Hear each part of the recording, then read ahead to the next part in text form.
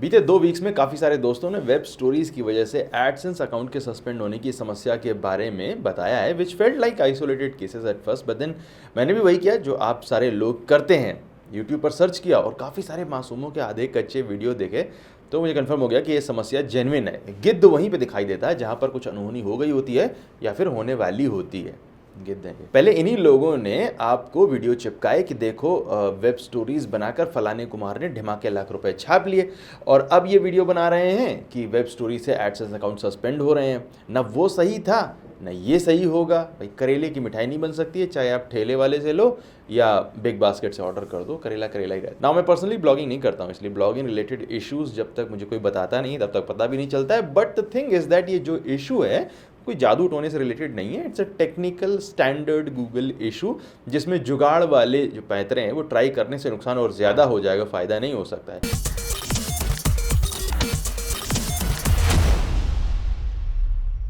तो चलिए आज की वीडियो में देखते हैं कि आखिर क्यों वेब स्टोरीज की वजह से गूगल एडसेंस अकाउंट सस्पेंड हो रहे हैं। Hello everyone, I am Amit Tiwari from tiwari.net और आज के वीडियो में हम बात कर रहे हैं वेब स्टोरीज और गूगल एडसेंस के पचड़े के बारे में। वैसे अगर आप एसईओ वीडियोस देखने के बाद लॉस फील करते हैं, आपको वीडियोस के स्टेप्स को फॉलो करने में दिक्कत होती है, समझने में प्रॉब्लम होती है, तो स्पेशली आपके लिए है एकेडमी तैयार। यहाँ पर आपको अलग अलग एसईओ टॉपिक्स पर कोर्सेज मिलेंगे। लाइक अभी right now SEO course for beginners है और master local SEO and GMB course available है। ये कोर्सेज आते हैं प्री रिकॉर्डेड वीडियोस, नोट्स और access to the private Discord community के साथ। एंड अगर आप ऑलरेडी एक्सपीरियंस एसईओ हैं और कोर्सेज के बिना भी आप प्राइवेट कम्युनिटी का एक्सेस चाहते हैं तो मेंबरशिप एक्सेस भी आपके लिए अवेलेबल है। एकेडमी का यूआरएल क्या होगा? academy.amittiwari.net। ये लिंक आपको वीडियो के डिस्क्रिप्शन में मिलेगा और कूपन कोड भी आपको यहीं पर मिलेगा। यूट्यूब के अलावा भी एक मौका है आपके पास सीखने का, इन्वॉल्व होने का, मेरे साथ रहकर काम करने का। गूगल एडसेंस की प्रॉब्लम सुनने से पहले सुन लेते हैं एक सोल्यूशन के बारे में जो प्रोवाइड करते हैं आज की वीडियो के स्पॉन्सर नोटेक्स। जैसे हम आपको गूगल सर्च इंजन के नए नए अनाउंसमेंट्स के बारे में नोटिफाई करते रहते हैं, वैसे ही आज के वीडियो के स्पॉन्सर नोटेक्स आपकी वेबसाइट के विजिटर्स को आपके अनाउंसमेंट्स, ऑफर्स और डील्स के बारे में नोटिफाई कर सकते हैं। नोटेक्स एक स्मार्ट पुश नोटिफिकेशन सर्विस है जो आपको अपनी वेबसाइट के विजिटर्स को री एंगेज करने की फैसिलिटी देती है। आप अपनी ऑडियंस को जियो टारगेट कर सकते हैं, डिवाइस टारगेट कर सकते हैं, कैंपेन सेगमेंट बना सकते हैं। सो नोटेक्स को यूज करके आप अपने ऑफर, डील्स और नॉर्मल नोटिफिकेशन भेज सकते हैं। Link is in description. And yes,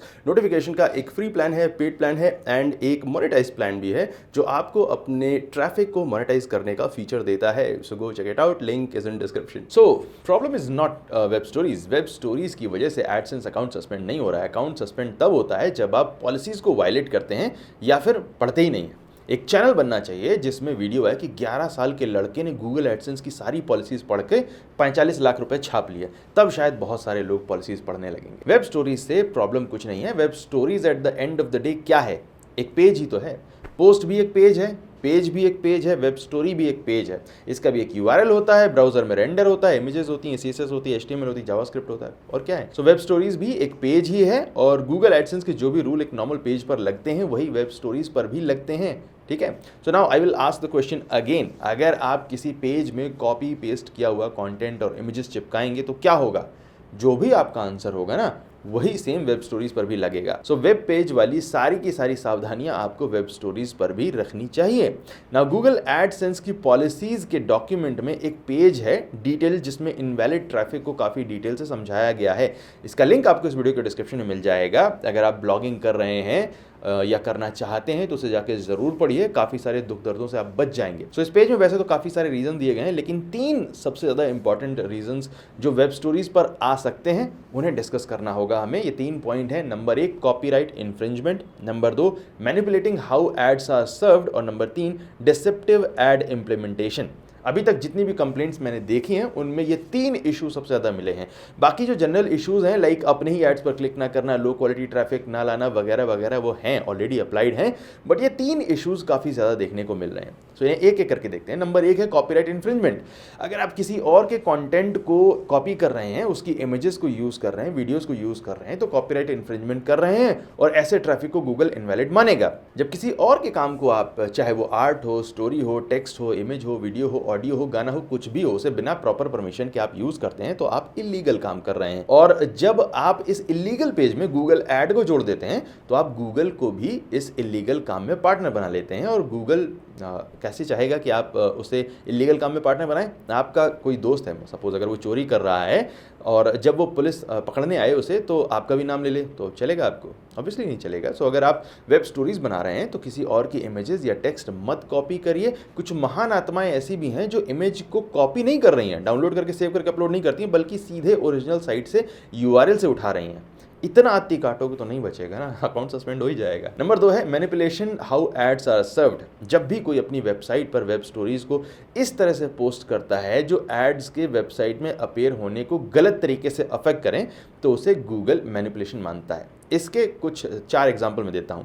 example number 1, आपकी वेबसाइट है फाइनेंस के बारे में, ओके, और आप वेब स्टोरीज डाल रहे हैं किसी लेटेस्ट रिलीज मूवी के बारे में या मोबाइल फ़ोन के बारे में, बिकॉज आपको किसी ने बताया है कि भाई इससे अच्छा ट्रैफिक मिल रहा है और आप डाल देते हैं। तो ये हो गया मैनिपुलेशन, बिकॉज आपकी वेबसाइट तो है फाइनेंस के बारे में, फिर आप मूवीज़ के बारे में स्टोरी क्यों बना रहे हैं? बिकॉज आपको सिर्फ वेब स्टोरी से ट्रैफिक चाहिए, बट आपका जो ट्रैफिक मिलेगा आपको उसका कन्वर्जन रेट एकदम कूड़ा होगा, बिकॉज आपकी वेबसाइट फाइनेंस के बारे में, जो आपका ऑडियंस है वो फाइनेंस के बारे में। तो ये हो गया इनवैलिड ट्रैफिक। एग्जाम्पल नंबर 2, आपकी वेबसाइट है इंडियन ऑडियंस के लिए, लेट्स से हिंदी में एग्जाम पेपर्स की शीट वगैरह के बारे में, और आप वेब स्टोरीज पब्लिश कर रहे हैं अमेरिकन फुटबॉल के बारे में या NFL के बारे में स्टोरीज पब्लिश कर रहे हैं, तो ये भी हो गया मैनिपुलेशन, बिकॉज अमेरिकन ऑडियंस को इंडियन वेबसाइट से क्या मिलेगा?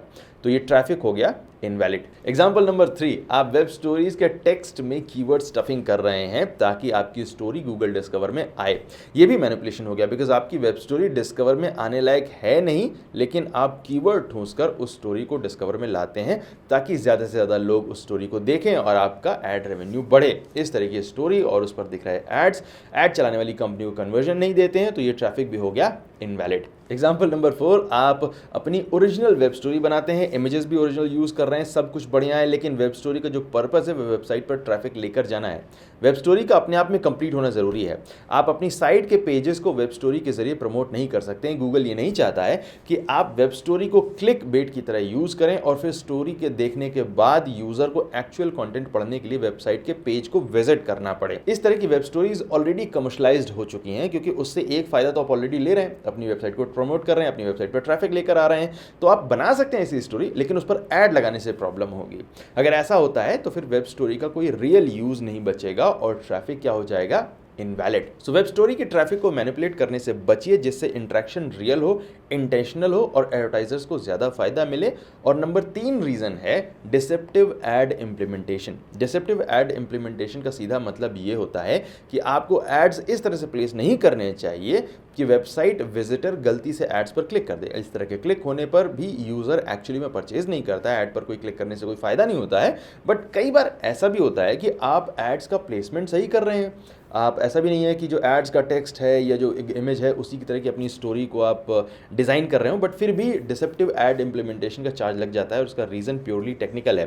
कुछ लोग अपने एडसेंस कोड को गलत तरीके से कस्टमाइज़ करते हैं जो गूगल की गाइडलाइंस के अगेंस्ट है। अगर आप अपनी वेबसाइट पर, चाहे वो वेब पेजेस हो या स्टोरी हो, आप एडसेंस कोड को कस्टमाइज़ कर रहे हैं तो गूगल के इस पेज को ध्यान से स्टडी करिए और इसके हिसाब से ही कोड को कस्टमाइज़ करने के बाद उसे यूज़ करिए, वरना गूगल आपके अकाउंट में डिसेप्टिव एड इम्प्लीमेंटेशन का एरर लगाएगा और आपके ट्रैफिक को इनवैलिड बताकर अकाउंट को डिसेबल कर सकता है। तो इन 3 इश्यूज को अच्छे से समझने के बाद ही वेब स्टोरीज पर एड्स रन करिए ताकि आपका अकाउंट सेफ रहे।